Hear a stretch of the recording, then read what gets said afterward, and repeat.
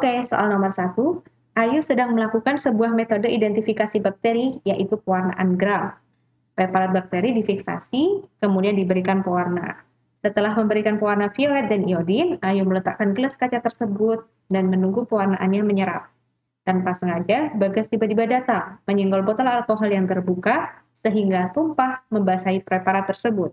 Apakah yang sebaiknya dilakukan oleh Ayu? Oke, yang perlu diingat adalah proses pewarnaan bakteri dan fungsinya, ya. Jadi proses pewarnaan bakteri itu melewati 4 step atau 4 langkah dengan 4 jenis larutan. Yang pertama, larutan violet. Ini fungsinya untuk memberi pewarna primer, ya, untuk memberikan warna pada bakterinya menjadi keunguan. Lalu pewarnaan yang kedua yaitu menggunakan larutan iodin.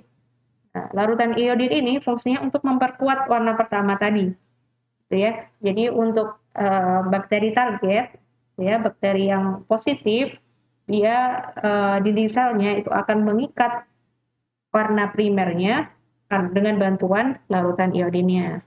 Seperti itu. Lalu lanjut, larutan yang ketiga adalah larutan alkohol. Larutan alkohol ini fungsinya untuk mendekolorisasi.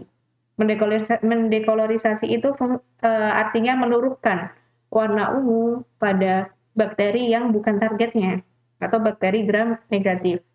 Nah, untuk bakteri yang target, dia tetap akan mempertahankan warnanya walaupun terkena alkohol. Seperti itu. Lalu yang terakhir adalah larutan safranin. Nah, larutan safranin ini akan memberi warna kembali kepada bakteri yang warnanya luruh karena terkena larutan alkohol ini. Siapa dia? Yaitu bakteri yang bukan targetnya, bakteri non-target atau bakteri gram negatif. Sedangkan pada bakteri nanti bakteri gram negatifnya akan memiliki warna pink atau kemerahan, lalu bakteri gram positifnya akan tetap berwarna ungu. Di sini Ayu baru sampai di tahap 2, pemberian iodin.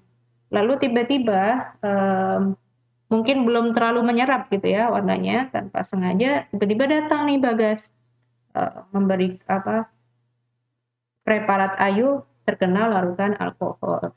Nah, yang perlu Ayu lakukan adalah melakukan step selanjutnya. Karena alkohol itu termasuk salah satu proses pewarnaan gram bakteri. Jadi tidak masalah dan tidak perlu mengulang, gitu ya, mengulang pewarnaan. Kenapa tidak perlu mengulang pewarnaan? Karena dikhawatirkan nanti warnanya akan menumpuk, gitu. Nanti hasilnya tidak sesuai yang diinginkan. Takutnya, dikhawatirkannya bakteri non-target justru nanti memiliki warna yang mirip dengan bakteri target. Oke, jadi yang perlu Ayu lakukan adalah melanjutkan langkah selanjutnya, yaitu mewarnai dengan larutan safranin.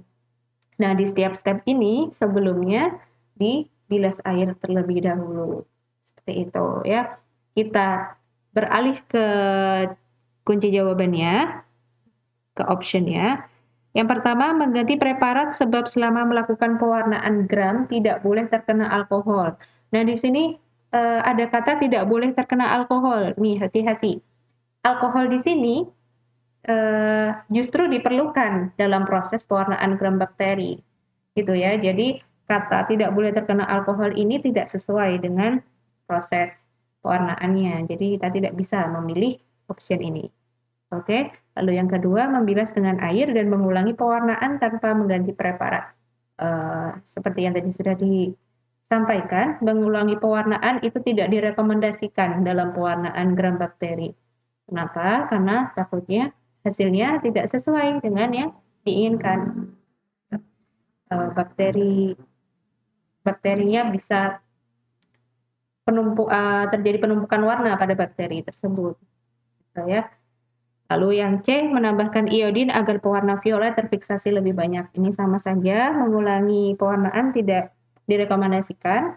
Lalu melanjutkan proses pewarnaan tersebut dengan cara menambahkan pewarna safranin sebagai langkah selanjutnya. Nah, ini jawaban paling mendekati ya. Lalu yang E, melewatkan preparat di atas lidah api sebanyak 2-3 kali.